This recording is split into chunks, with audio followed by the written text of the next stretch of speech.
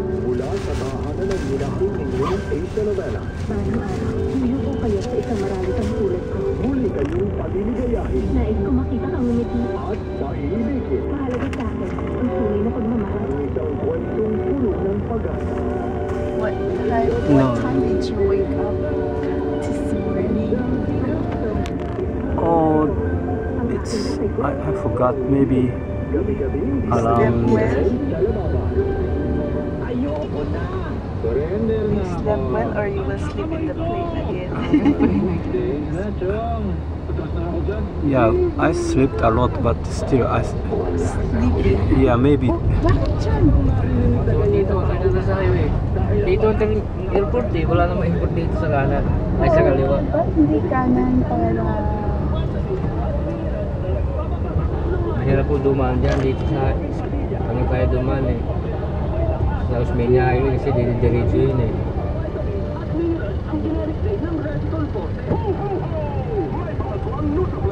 Pwede pala dun sa likod, sa kabila, para makapagal. Diba? Sa Ross Boulevard do. Oo, makapagal. Ano dito, mas madali dumaan. Mas malayo dito. Hindi ka mas... Ano ho, mas madali ulit. Mas matagal dito. Ross Boulevard kasi mahaba ang pila doon. このジャムをこう表現するには動画しかない。 Lalo na kayo matagalan Oo, yun eh. sige, bahal na kayo, bahal na kayo. Pinagdaan ko nga kayo sa maayos na eh. Ay, sa Osmeña kayo. Ayun, kakanan lang tayo. Okay.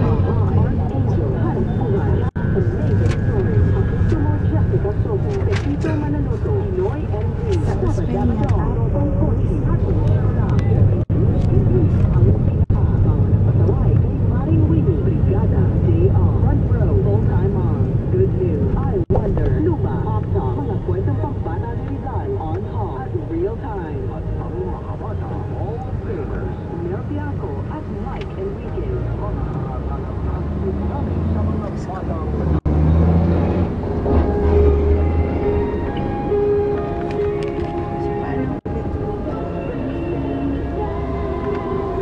Tayo magkirino sa dulo, kakanan tayo, papuntang Ross Boulevard.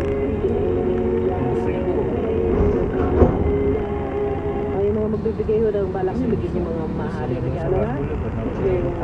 Baka pwede na konting ano na. Kanan tayo ng kirino, kaliwa ng Ross Boulevard. Tapos yung sa sobra ho, ay bigay nyo na lang doon sa mga kababayan ho natin na nasalanta ng Bagyong Sendong. So, hindi lang.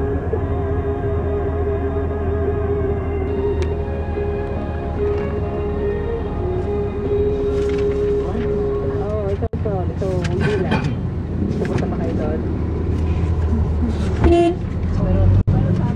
Meron lang pa gusto nyo sana. Alam mo, sige ko yung gusto kayo mga makausap naman dyan ng mga ganito, yung mga pinili niya, diba? Sarap nung mayroon sila makakausap na.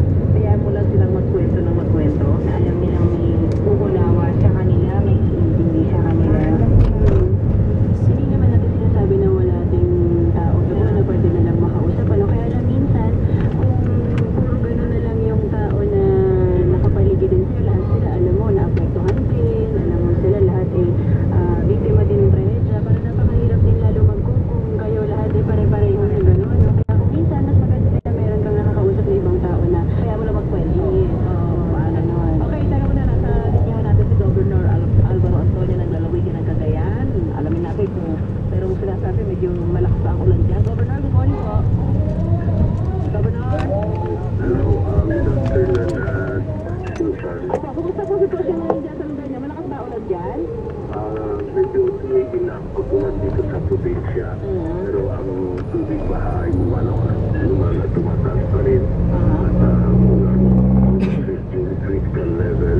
Ano po, nasa critical level na? Malapit na rin.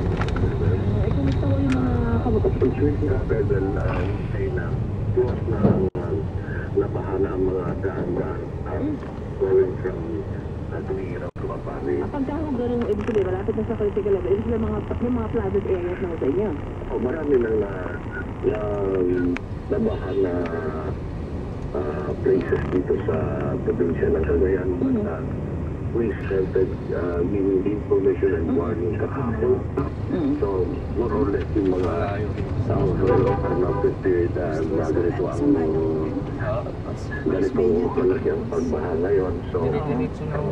already ang evacuation center, mga Sa likod Cagayan.